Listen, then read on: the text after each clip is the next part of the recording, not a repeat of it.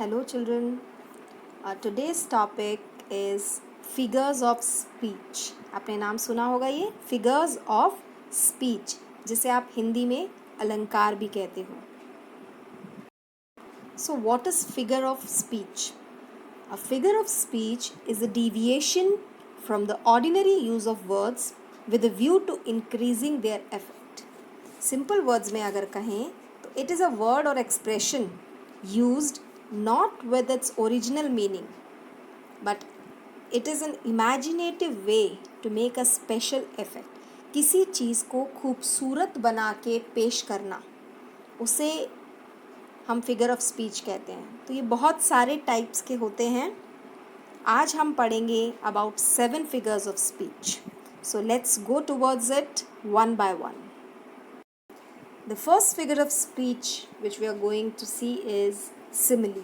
ये सब आप जूनियर क्लास से पढ़ते आ रहे हो. simile जहाँ पे कंपैरिजन होता है. When two things are compared using like और as, दो चीज़ों का हम कंपैरिजन करते हैं और कंपैरिजन करते टाइम हम यूज़ करते हैं वर्ड्स like या फिर as. जहाँ भी ये दो वर्ड आते हैं आप बता सकते हो कि ये simile है. एग्जाम्पल में जैसे देखिए sweet as a honey bee, यहाँ as यूज़ हुआ है.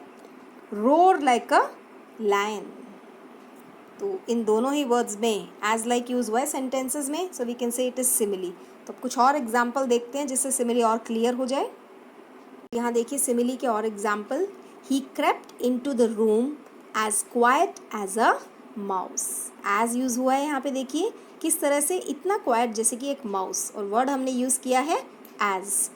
the cloud was fluffy like cotton candy.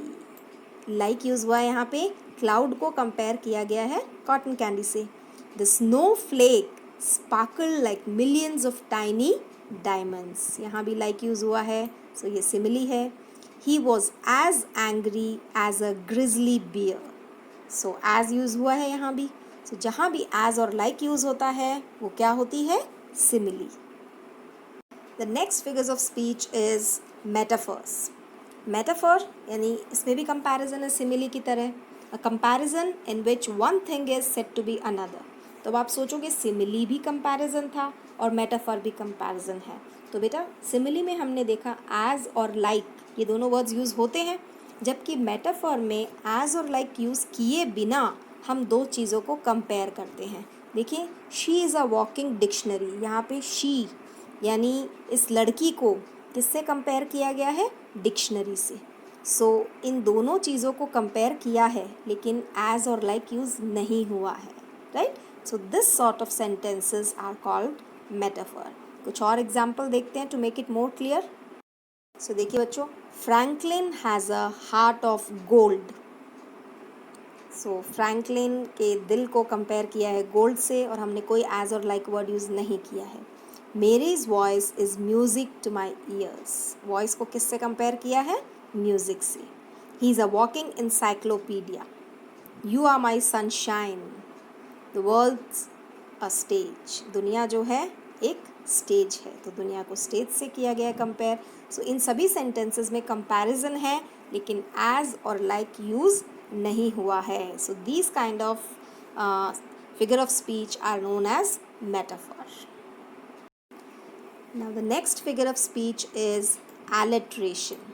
Alliteration, this is the repetition of consonant sound at the beginning of a series of words and or phrases.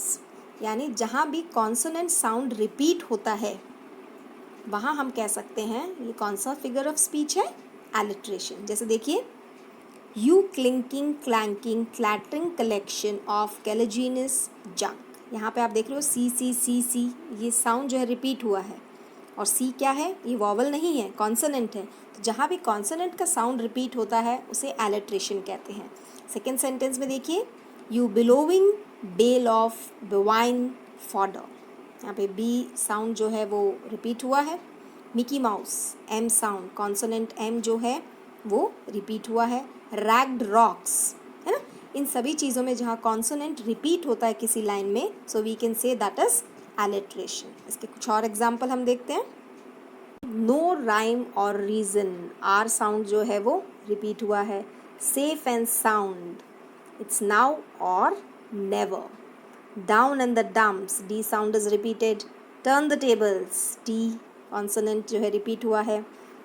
Part and partial, peer pressure. So इन सभी words में, इन सभी sentences में और words में consonant जो है वो repeat हुआ है. So where we can see consonant repetition, we can say it is alliteration. आगे बढ़ते हैं नेक्स्ट फिगर ऑफ स्पीच में. हमारी अगली फिगर ऑफ स्पीच है एसोनेंस. तो एलिट्रेशन में हमने देखा था कॉन्सोनेंट साउंड रिपीट होता है. एसोनेंस में इसका उल्टा वॉवल साउंड रिपीट होता है. आप देख सकते हैं ए ई आई ओ यू, इन वॉवल्स में से कोई भी एक वॉवल जो है बार बार रिपीट होता है एक सेंटेंस में. So this is the repetition of identical और similar vowel sound in a series of words, phrases और सिलेबल्स. देखिए, clap your hands and stamp your feet. A sound repeat हुआ है ना. Try to light the fire, I sound. It beats as it sweeps as it cleans. देख रहे हो ना आप, ये रिपीटेशन जो होता है वॉवल का, उसे हम एसोनेंस कहते हैं. Let's see some more example. Men sell the wedding bell. देख रहे हो ना आप, ई का साउंड रिपीट हुआ है. Go and mow the lawn. We can see vowel O जो है वो रिपीट हुआ है. The rain in Spain falls mainly in the plains. So I vowel is repeated. So where we see the repetition of vowel sound, we can say it is assonance. अगला है personification. जैसा कि नाम में ही बताया जा रहा है person, यानी personification is a figure of speech in which a thing, an animal or an abstract idea is given human nature or character. यानी किसी भी नॉन लिविंग थिंग को लिविंग के कैरेक्टर्स देना, लिविंग की क्वालिटीज़ उसमें डालना, वो पर्सोनिफिकेशन कहलाता है. जैसे देखिए, the stars winked at little Johnny. Stars winked. अब आपको पता है स्टार्स विंक नहीं करते हैं, लेकिन सेंटेंस को खूबसूरत बनाने के लिए ये लिखा गया है. तो स्टार्स को लिविंग क्वालिटी दी गई है, तो यहाँ हम कह सकते हैं this is personified. The plants danced as I watered them. So plants dance थोड़ी करते हैं, लेकिन पर्सोनिफाई किया गया है यहाँ पे प्लांट्स को. Justice is blind. The sun peeped out from behind the cloud. Sun थोड़ी बाहर झाँक के देखता है, but to make the language beautiful we have given human traits to sun. The last slice of pizza called my name. Pizza तो नहीं बुला रहा है आओ मुझे खा लो, है ना, लेकिन लैंग्वेज को खूबसूरत बनाने के लिए हमने ऐसे वर्ड्स यूज़ किए हैं. सो जहाँ हम नॉन लिविंग को लिविंग ट्रायट्स देते हैं, उसे हम कहते हैं personification. Next in the list we have hyperbole. So what is an hyperbole?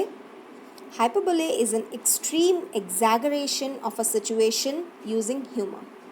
किसी भी बात को खूब बड़ा चढ़ा के बोलना, काफ़ी बड़ा बना के बोलना, एकदम ब्लास्ट कर देना, ऐसी लैंग्वेज जहाँ यूज़ करते हैं हम, तो कौन सी फिगर ऑफ स्पीच होती है?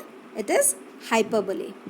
देखिए, क्राइंग अ रिवर, इतना रोया कि नदी बहा दी. अब नदी थोड़ी बहती है रोते रोते, बट ये लैंग्वेज को सुंदर बनाने के लिए मैंने एग्जैगरेट कर दिया है उसे. Crying for a long time, इसका मतलब होता है. वेज अ टन, यानी मेरे बैग में तो टन का वज़न है, तो ऐसा थोड़ी होता है, लेकिन बहुत हैवी दिखाने के लिए, उसको एग्जैगरेट करने के लिए we have use this word. Let's see some more example to make it clear. देखिए, my shoes are killing me. अब जूते थोड़ी मार सकते हैं, लेकिन एग्जैगरेट करने के लिए हमने यूज़ किया है ये. It's raining cats and dogs. I died laughing, मैं तो हंस हंस के ही मर गया. So this is exaggeration of language. My mom's going to explode when she gets my grades. Mummy तो एकदम ब्लास्ट हो जाएगी जब मेरे नंबर देखेगी. अब ब्लास्ट एक्चुअल होना नहीं है, यहाँ पे हम बताना चाह रहे हैं कि वो बहुत गुस्सा करेगी. सो this is hyperbole. And this is the final figure of speech which we are going to see in this video, and that is oxymoron. So oxymoron is a figure of speech in which there is a combination of words that have contradictory or opposite meaning. दो opposite meaning एक साथ आते हैं किसी sentence में, तो हम कह सकते हैं वो oxymoron है. जैसे देखिए, jumbo shrimp, same difference, दोनों opposite है. civil war, pretty ugly, she was looking pretty ugly. यानी हम कहना तो ये चाह रहे हैं काफ़ी बदसूरत, लेकिन हम क्या कह रहे हैं? प्रिटी अगली. Found missing, alone together. जहाँ भी ऑपोजिट्स वर्ड्स एक साथ आते हैं सेंटेंस में, so it is which figure of speech? It is oxymoron. So children, I hope you have understood all the figure of speech very nicely. Still, if you have any doubt in any of these, you can contact me anytime. Have a good day.